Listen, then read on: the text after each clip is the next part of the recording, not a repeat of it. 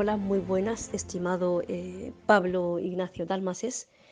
Para nosotros es un placer tenerte aquí con nosotros para que nos des tu testimonio y hacernos responder esta serie de preguntas para poder acercar a la opinión pública árabe y dar a conocer y entender la situación del pueblo saharaui en el marco de esta grave crisis provocada por Marruecos. Pablo, usted como periodista, exdirector de Radio Nacional y Televisión en el Sáhara Español, que vivió los últimos días de la presencia colonial de España en el Sáhara Occidental, ¿cómo valoras la vergonzosa retirada de España de su ex colonia y por qué fue tal magnitud? Los acuerdos firmados por España con Marruecos y Mauritania, en virtud de los cuales se cedía la administración del Sáhara a estos dos últimos países, supusieron un cambio copernicano en el compromiso que había adquirido reiteradamente España con Naciones Unidas de respetar la voluntad del pueblo saharaui a través de un referéndum de autodeterminación.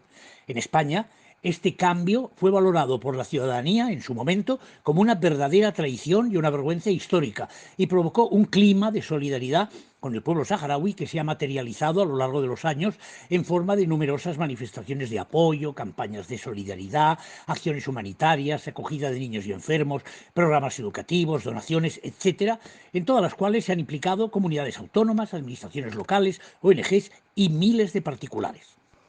En su opinión, ¿por qué España, siendo todavía la potencia administradora del territorio, no ha jugado el papel que le corresponde en la descolonización de su excolonia, el Sáhara Occidental? Como es bien sabido, los acuerdos de Madrid, aunque fueron registrados en la ONU, no alteraron ni el estatus del Sáhara Occidental como territorio no autónomo pendiente de descolonización, ni el de España como potencia administradora de jure del mismo, tal como recordó el secretario general adjunto de Asuntos Jurídicos de la ONU en su dictamen de 2002. Pero los sucesivos gobiernos españoles, aterrorizados con las herramientas que utiliza Marruecos para chantajear a nuestro país, pesca, inmigración, respeto a la integridad territorial española en Ceuta y Melilla, intereses empresariales españoles en Marruecos, han practicado la política del avestruz, negando contra toda evidencia que España tuviese alguna responsabilidad desde el 28 de febrero de 1976. Últimamente, Marruecos está viviendo una profunda crisis que le ha llevado a ejercer presión sobre España y otros países europeos para que reconozcan su presunta soberanía sobre el Sáhara Occidental, tal como hizo Trump a pocos días de abandonar el poder y a cambio de la normalización de relaciones de Marruecos con Israel. ¿Por qué España y la Unión Europea no toman las medidas adecuadas ante el chantaje ejercido por Marruecos con la inmigración y el terrorismo? En lo que respecta a España, sin duda, por falta de imaginación, carencia de iniciativa, osadía y, si mucho se me apura, incluso por cobardía. En cuanto a la Unión Europea, por la falsa convicción que existe en muchos países europeos de que Marruecos, pese a su sistema teocrático y medieval y a su condición de emisor de emigración ilegal forzada por el alto nivel de pobreza existente, constituye algo así como un muro de defensa frente a los peligros del fundamentalismo islamista. En todo caso, la llegada de miles de emigrantes marroquíes ilegales a la Unión Europea, a la que tratan de acceder bien en pateras a través de Canarias, bien a nado en Ceuta y Melilla, constituye una demostración fehaciente de dos hechos lamentables: el deseo incontenible de miles de marroquíes de huir del hambre y la falaz instrumentación que de ellos hace un gobierno que los utiliza como carne de cañón y elemento de presión política. Durante la actual crisis, vemos que la propaganda marroquí contra el Frente Polisario ha tenido mucho eco en la prensa española sin la mínima credibilidad de fuentes. En su opinión, como periodista experto, ¿a qué se debe este alineamiento? Cerca de 30 años de inacción han contribuido a cronificar un problema y han permitido que la opinión pública española lo vea como algo lejano, cuando no sencillamente desconocido. Y Marruecos sabe manejar con habilidad a quienes están predispuestos a actuar de correa de transmisión de sus intereses.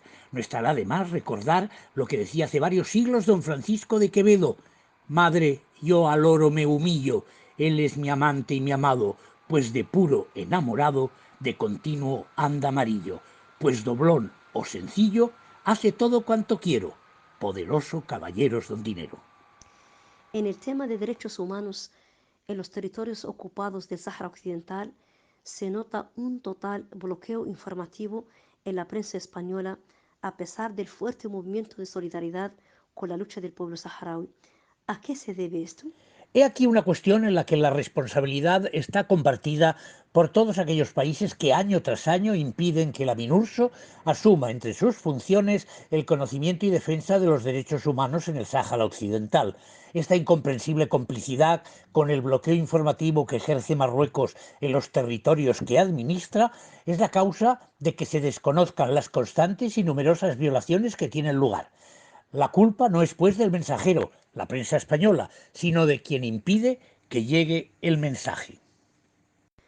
Con la llegada del líder del Frente Polisario, Brahim Ghali, a España para recibir tratamiento, se ha desatado una feroz campaña por Marruecos acusándolo de todo tipo de supuestos crímenes y todo ha tenido la correspondiente cobertura informativa en la prensa española sin siquiera hacer alusión a las diarias atrocidades cometidas por Marruecos en los territorios ocupados del Sáhara Occidental, como es el caso de la activista Sultana Jaya.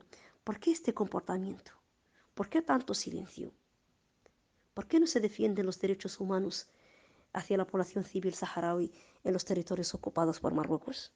Ha sido realmente sorprendente la culpabilización del presidente Brahim Ghali, que, hay que recordarlo, parte únicamente de una denuncia, por otra parte muy cuestionable y que en la Audiencia Nacional no ha tenido la menor relevancia. Mientras tanto, hay varios procesamientos promovidos por la autoridad judicial española contra ciertas autoridades marroquíes a las que se acusa de crímenes y genocidio que nunca han podido sustanciarse por la incomparecencia de los acusados. En los últimos días, la causa historia del pueblo saharaui se ha posicionado en primera línea de los debates a nivel nacional en España, desde su experiencia como periodista e investigador sobre el Sáhara Occidental, cómo valora el conocimiento de la opinión pública española sobre un conflicto tan cercano.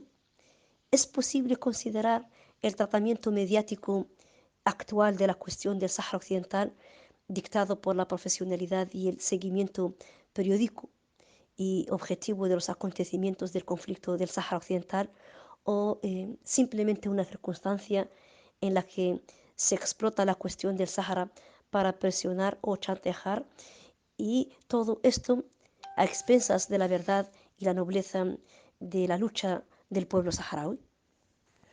Como ya dije anteriormente, el conocimiento de la opinión pública española del contencioso del Sáhara Occidental es manifiestamente mejorable. Se hace precisa una urgente tarea de concienciación tanto de la ciudadanía en general como muy en particular de los dirigentes políticos y parlamentarios, recordando que el Sáhara no es algo lejano, sino muy próximo, la responsabilidad de España clara y terminante, y la falta de resolución del conflicto una fuente inagotable y permanente de incertidumbre y de conflictos para nuestro propio país. Medios españoles como OK Diario han hecho todo el esfuerzo necesario para colaborar con Marruecos en su propaganda contra el pueblo saharaui bajo la ocupación marroquí, explotando la sinceridad de las intenciones y la nobleza de los inocentes. Como experto en medios de comunicación, ¿dónde están los valores y principios del trabajo de los profesionales? ¿Dónde está la ética del verdadero periodista? El ejercicio responsable del periodismo exige contrastar fuentes y, en todo caso, cuando no se tienen las ideas muy claras, lo más prudente es adoptar un equilibrio razonable, algo que no siempre ocurre ni todos hacen. Señor Pablo Dalmaces, la verdad es un grato momento. Gracias por ofrecernos esta interesante entrevista para publicarla en nuestra prensa. Para nosotros ha sido un placer compartir con usted estos momentos sabiendo que estás muy ocupado. Gracias, mil gracias por atendernos. Reciba nuestros saludos fraternales y solidarios desde nuestra prensa ESASH 24.info. Gracias, Pablo.